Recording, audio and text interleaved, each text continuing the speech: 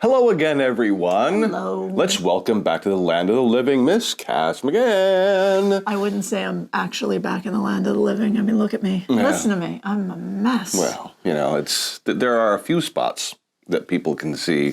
And there are a lot of spots that people can't because I only had a few on my face, and most of them, you should see my legs. My legs are, I look like a plague victim, but I am a plague victim. I was going to say, it's the pox. It's the pox. Yeah.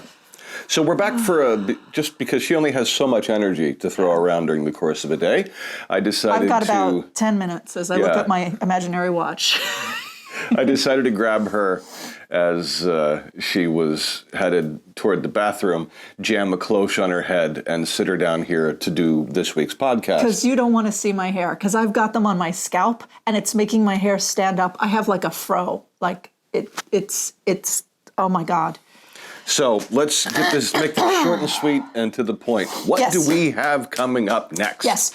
I have just finished, and if you get our newsletter, you already know about this. I have just finished the complete revamp of 208, the Elizabethan Common Woman's package, and 213, which is the Flounders gown. And that's hot on the heels of your revamp of 313. 313, the Moy gown. The Moy gown. And all three of those patterns are now available up to 60-inch busts and 52-inch waists. And for you smaller people, they also now go down to 28-inch bust and 21-inch waist, which is smaller than they were. Wow, okay. So we have now, we used to have patterns that it was there'd be the regular number A and through then K. yeah. A through K in one pattern, and then we would have K repeated through Q in another pattern.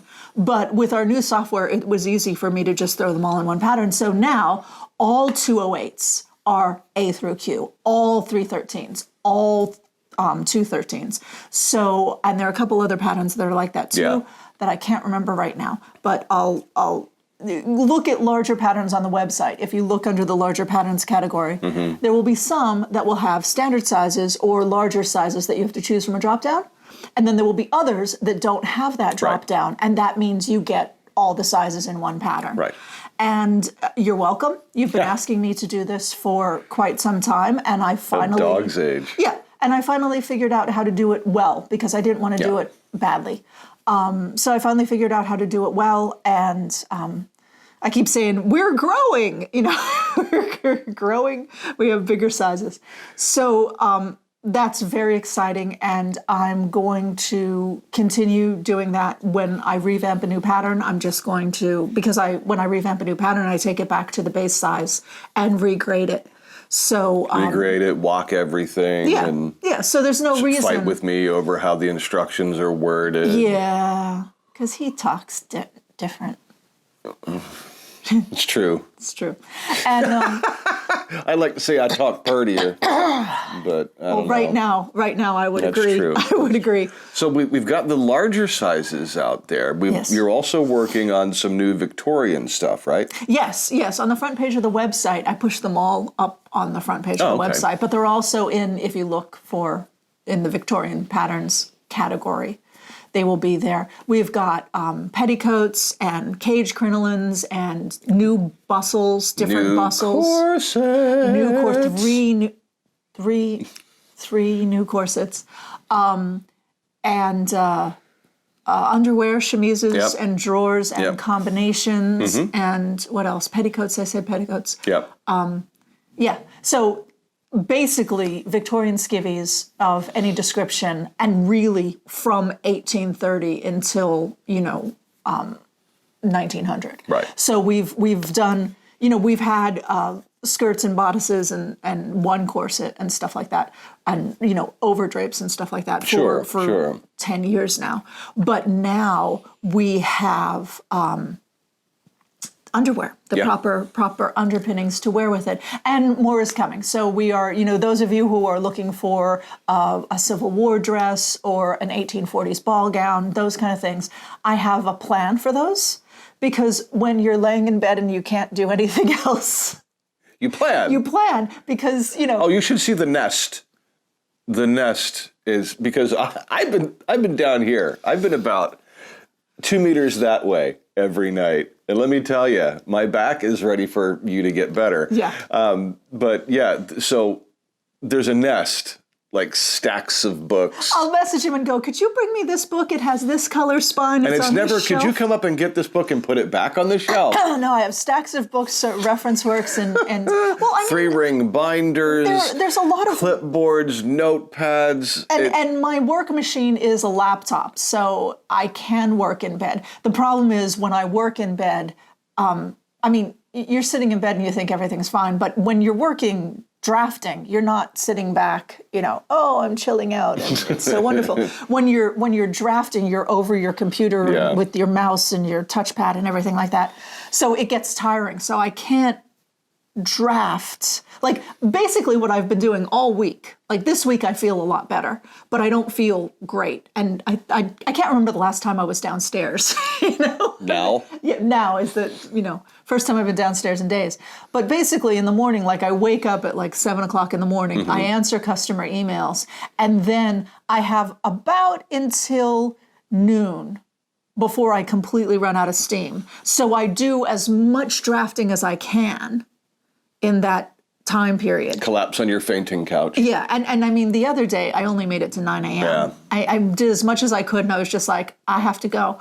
And then and then I take a major nap. Yep. But then when I wake up, someone doesn't allow me to draft anymore after my initial drafting period in the morning because he wants me to get better. So You don't get better. I don't eat. yeah, it's true. So I apologize. I apologize that I can't do more work right now, but it's his fault. Yeah. Or it's the fault of the child who gave me the fucking chicken pox. How is it 55 years old? 55 years old and I don't live a sheltered life, but I never got the chicken pox. Yeah. And then I go into a pharmacy on Easter Monday. No, day after Easter Monday, because the pharmacy was closed. Yep. And it was crowded with people. And there was a woman coughing. And I'm like, we're all getting COVID. We're all getting COVID. Nope. Chickenpox. We got chickenpox.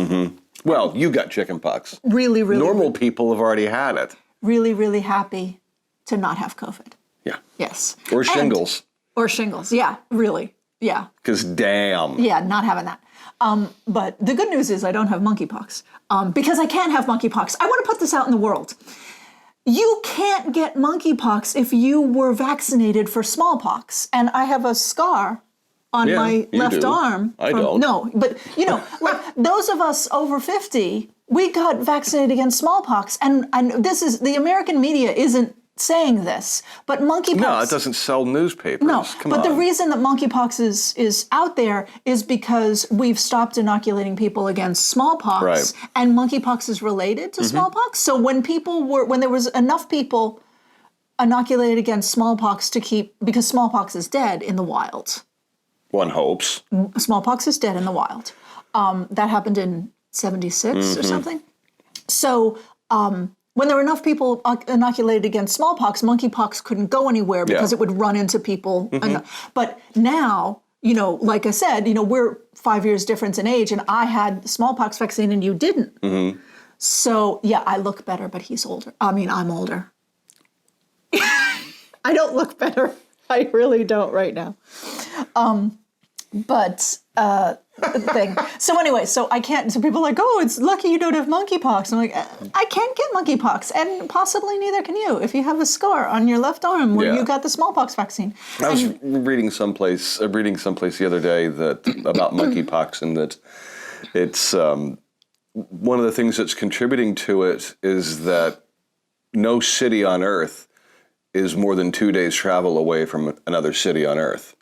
Oh yeah. So we no longer the old if COVID taught us anything, it's that the old rules of pandemic management no longer apply. Oh yeah, and but the other thing I want to say about monkeypox, because I read up on it, I didn't read the media. I read like scientific journal articles. Because you know how to do research and real research. You don't just go looking for YouTube videos and anyway. I used to work for pharmaceutical companies, so it still have the access codes. Watch out, Merck. No, I don't mean it. I don't mean it, Merck. Don't come for me, Merck. Hashtag black helicopters. Hashtag black helicopters. But the thing about monkeypox is it's chickenpox. Yeah. It's no worse than chickenpox. It's not. I mean, yes, It's not going to kill you. Yeah. Well, there are people who die from chickenpox, and there are people who die from monkeypox. But it's not that. Number one, it's not going to blow through a nursing home and kill your grandma. Well, yeah. Because your grandma is inoculated against smallpox. Number Right. one, and number two, it's really a mild infection. You get things all over your face and your body. Mostly, you get them on your hands and feet. That's the big thing that lets you know it's monkeypox is hands and feet. And they tend to not be itchy, they tend to be painful, probably because they're on the palms of your hands. I had 2 on my hand. And I got hysterical. And of course I went looking it up and, no, you Because can't. that's what you do when you're locked in a bedroom because your husband doesn't want to let you act normally because you can't act normally because you're suffering from a systemic infection. Yeah, but I'm talking about monkeypox and I should be talking about Victorian patterns, Yes. shouldn't I? Yeah, but anyway, probably. so the deal is The upshot is you're getting some patterns out of this, kids. there, and the good news of that is also that the Victorian underwear patterns are sized, in very small to very large. So that's good. And although the stuff we make to go over them isn't yet, but I will update that. I will update that. Well, the stuff you have to go over is stuff you did years ago. So Yeah. You didn't have the tools. Exactly. Right. Exactly. And a couple of them I already have them in my new software, so I just have to push a button and then lay it out. 2022 is becoming a very exciting year. Oh my God. Exciting. Oh my goodness. In other news, there's so much new good information coming out. I mean, there's the new Patterns of Fashion books coming out with, there are new garments that they display in them. There are old garments that they have better information on. And I'm soaking it all in like a sponge. And, pardon me, I hope I'm not coughing right into my microphone. I think you just put your hand on it, though, so it's fine. Yeah. It's fine. It's fine. We'll edit that out. Oh my God. But so there's a bunch of new things, and I'm actually going to a Regency thing with a friend in less than a month. So hopefully. And I'm making myself a Regency outfit. And so I was looking at some things. I have the Victoria and Albert Museum fashion and detail books. And there's a thing which you will find on the front page of the website if Bob wants to put a picture of it right here. I'm making him put a picture of it right there. It is a Regency unboned bust bodice. Right. And for all the world, it looks like a choli. Yeah. Oh, pardon me. But it is of British manufacture cotton unboned bust bodice that dates to the Regency period. And I'm making one for myself because I am not big enough to need Regency stays. Right. And boobs. So, it's fascinating. It's this little rectilinear design. Yeah, and I loves me some rectilinear and you design. looked at it and you're like, that's choli. It's a choli. Because we have a choli pattern too, cover of which is right here. And it's very similar. It's shockingly similar. And when you pointed it out, I'm like tracing the seam lines and going, son of a bitch. And then, of course, we immediately start speculating about, how it came into the English fashion lexicon. Did it come from India? Like, did someone go out there with their East India Company husband and need something made for them while they were out there and went to a local person and said, can you make this for me? And that's how it came? Or is it just naturally a way to do something like that efficiently? Who knows? Yeah, what we know about it is the Victoria and Albert Museum say it is of British manufacture. Right. They also say it is homemade. It wasn't made by... Oh. Which can mean anything. It just means it wasn't mass produced. Right. It could mean that it was made by a professional seamstress. Right. But, and the interesting thing is it has a Dorset button in the center. Yeah. And Dorset buttons. So pretty. Yeah. They're not making Dorset buttons. I mean, in India, you don't see that's Dorset true. buttons. That's true. But that is not to say that someone who lived in India didn't have this, see this among the native population there and get the idea. Yeah. Also, it's made of rectangles and squares like every chemise and shirt that exists. So it's not outside the realm of possibility that you just made this thing out of rectangles and squares and it worked. Yeah. We don't know how popular they were. One exists. See, this could be the only one. It could be the only one. In the universe. It could be the only one. But I'm making one and I've made a pattern for it. Yeah. And you can buy it on the front page of our website right now. And along with that, because I'm making myself a Regency outfit, we already have the Spencer patterns and the Pelly's patterns and the morning dress and the evening dress and that. I'm adding to that a Regency chemise, a Regency petticoat. Right. And in the future, the not so distant future, there's going to be a redingote pattern. Oh, yes. Because I'm in love with a redingote and I'm patterning it. And anything that has to do with vaguely equestrian attire. I love horsey It's just, yeah. I love horsey clothes. Whether it's, fabulous 18th century with military braid down the front or, a hacking jacket and a pair of joggers. Yeah, I'm a sucker. Getting hot. Yeah, so let's wrap this up so we can put you back to bed. So lots of cool stuff coming up. Cass is getting better, but ain't better yet. Bigger sizes, made to measure still. There are people out there who I have sent 3-4 emails to saying, give me your measurements, and you're not. And at least send me an email and say, I'm not ready. Yeah. Because, I'm not hearing this that, she never contacted me because she's contacted you 4 times. Yeah. And some of you I've talked to once and you said, I'll send those right to you. And then it's been months. And now granted, I've been sick, so I wouldn't have been doing a lot. But, there are people getting their made to measure patterns and you're not. Just shipped like 3 yesterday. Yeah, so jump on it. Yep. All right, so we're going to sign off now. Don't forget to do the whole subscribe, ring the little bell thing. Do the thing. And I'm going to put her back to bed. Maybe next week we'll have a regular podcast. Yeah, and I'll have to put the hat someplace safe before I put you back to bed. Anyway, thanks for listening. It doesn't fit because my hair is so poofy. Thanks for listening / watching, and we'll see you next time. Bye.